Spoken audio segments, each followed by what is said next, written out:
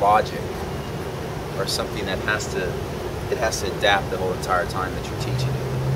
What other courses have you taught besides language?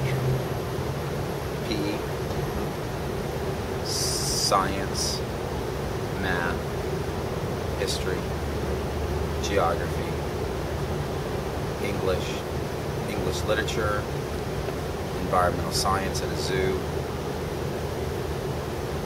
health. In all of these, would you say that that same advice you just gave about language, like you really have to have an external language plan, a lesson plan for all of those?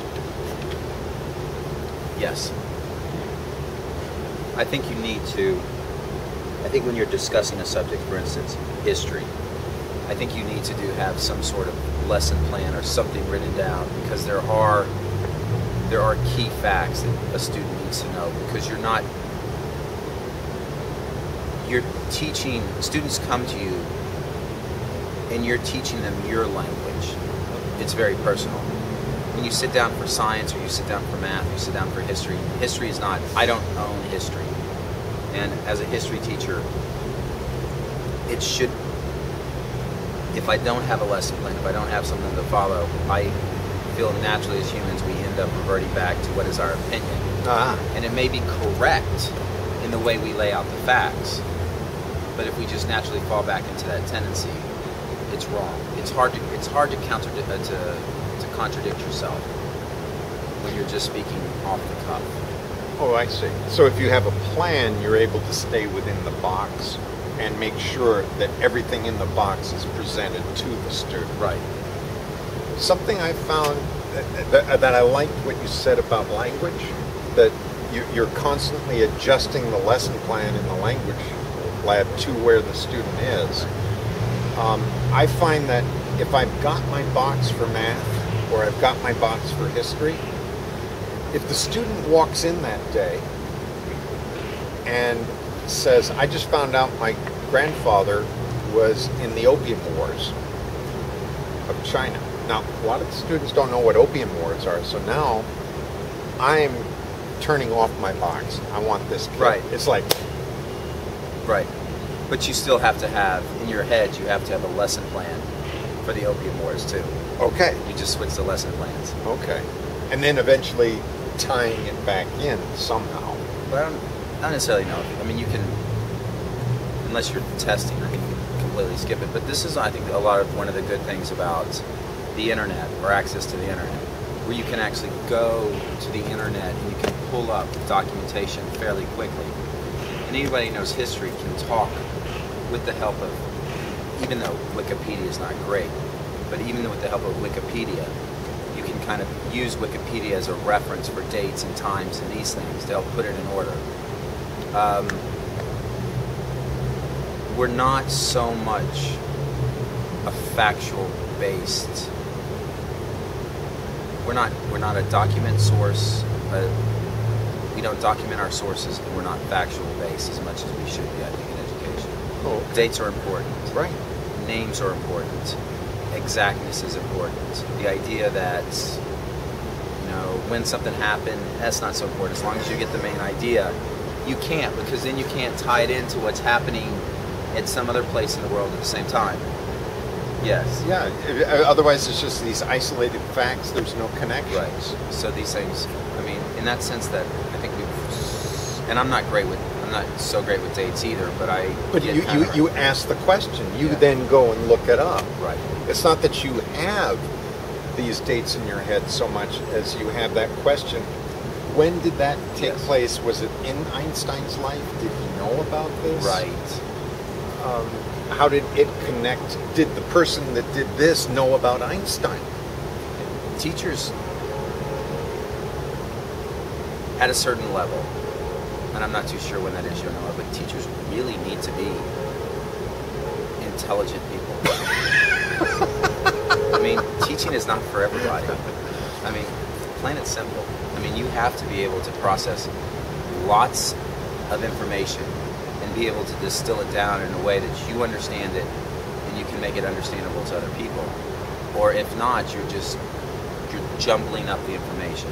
Are you basically saying someone who's currently in a union with a union-protected job is currently under threat by if he's unable to? Someone new comes in who's in the top 10% of his class. You're basically saying we ought to switch those people out because we want the best for our kids. And I don't know where that point is.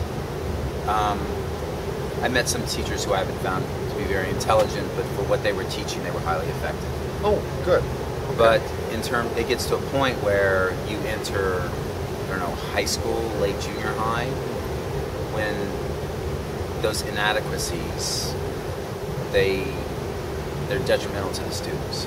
Because they see, oh, you mean I can just slide on this the way my teacher's sliding. Right. There's a modeling going on. There's a modeling. Like you want at this point your teachers, high school teachers, should stop rather being teachers and should be more like professors or learned individuals in a community. I love it. Yeah.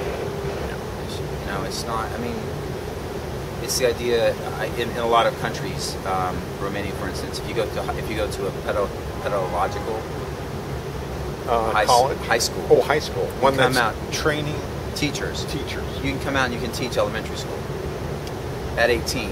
Wow, is that good? Yes. But when you think about it, you're 18, you're fresh out of school, you know your subject material, you should be able to teach a first grader. Right. And there's no reason not to. I mean, you're teaching them this basic skills, but you get to the point and you really... We've lost something because we keep 18-year-olds away from the little kids. You can't be, you have to be 22 before you get to the little kids. And think of that 4 years that those 18-year-olds are getting training while they're doing that. Well, I did we were an IBO school, and they had service hours, and what I did was I proposed and I ran this tutoring program where high school students tutored elementary school students. And because our campuses were situated right next to each other, we could do that. And it was awesome. And it was just self-esteem for that high school student. Right. And there was that sort of connection that the kids would see. And a lot of the kids whose parents came for tutoring, they were young kids with either they were a little bit hyper, they were a little not doing so well in the class, so they needed help, 3rd, 4th graders. But we had a mall in the middle of our school, a typical mall, a typical like Washington D.C. mall, open area, agreed. But to see like the little 4th graders walk across and see a senior, and they'd be like, hey, like this, and there was that kind of cross-generational. Yeah. I mean, at that age, that's a gulf. That's that's 14 years. No, that's not 14 years. That's a good almost 10 years. Right. In some sense. And that half generation is big at that age. Yeah.